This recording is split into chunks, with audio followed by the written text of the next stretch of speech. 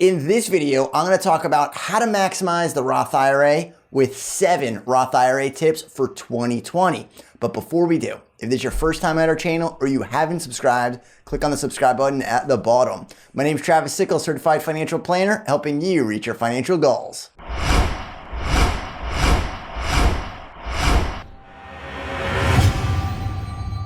So let's jump right into it with tip number 1. The deadline for the Roth IRA contributions for 2019 is April 15th of 2020. So you have until April the 15th to make the contribution or until you file your taxes, whichever comes first.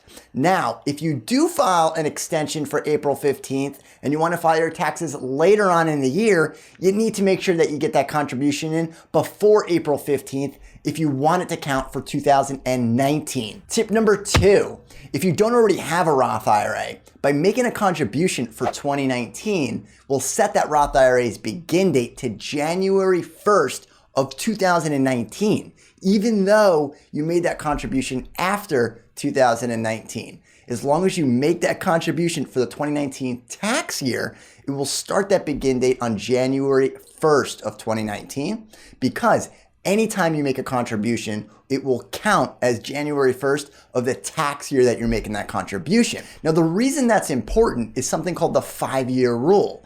So setting that 5 years starts at January 1st of 2019 will actually cut down the actual amount of time that you'll have to wait to meet that 5-year requirement, which is super important for first-time home buyers, which allows you to take up to $10,000 out of your Roth IRA for a first-time home purchase. Now, doing so, the growth portion would come out tax and penalty free as long as you met that 5-year rule. Now, that 5-year rule will start on January 1st of the tax year that you made that first contribution. So if you do it now in 2020, you've essentially foregone a whole year and still got credit for the full 5. Tip number 3, if there's a birth or an adoption on the horizon, the good news is the law just changed to allow you to tap your retirement plans, including the Roth IRA, for up to $5,000. And if you and your spouse each have a retirement plans or Roth IRAs, then you can tap up to $10,000 of those retirement dollars to offset some of those expenses.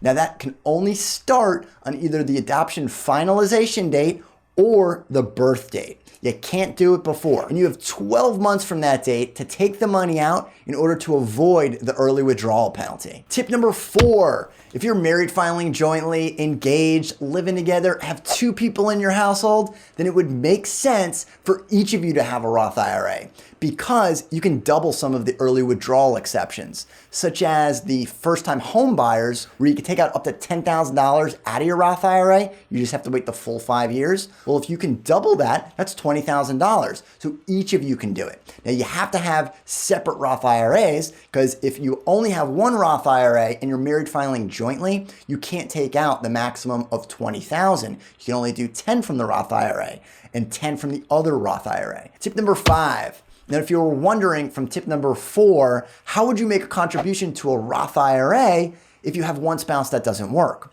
Well, if you're married filing jointly, you can make what's called a spousal contribution.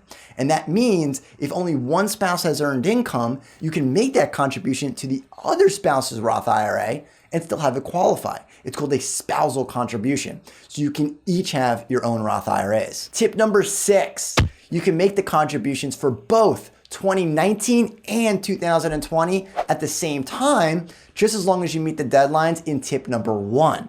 Now, that means the maximum contribution, if you're single, is $12,000.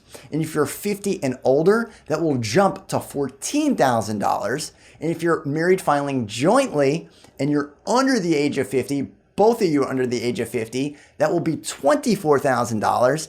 And if you're married filing jointly and you're both 50 and older, that's a maximum of $28,000 that you can contribute into your Roth IRAs. Tip number 7, if you don't think you qualify for the Roth IRA because you earn too much, then use a backdoor Roth IRA. That means you make contributions to a traditional IRA, but they're non-deductible. And then you take those non-deductible contributions and you can put them over into the Roth IRA. That is called the backdoor Roth IRA. So even if you don't meet the income requirements for the Roth IRA directly, you should consider the non-deductible contributions into the traditional IRA and then converting that to the Roth IRA. And that is the 7 tips for the Roth IRA. Now, there are a ton of other things that you can do to maximize your Roth IRA. These were only 7 of them. So look a little further to see what the Roth IRA can do to benefit you. If you've enjoyed this video, be sure to subscribe and leave your comments down at the bottom.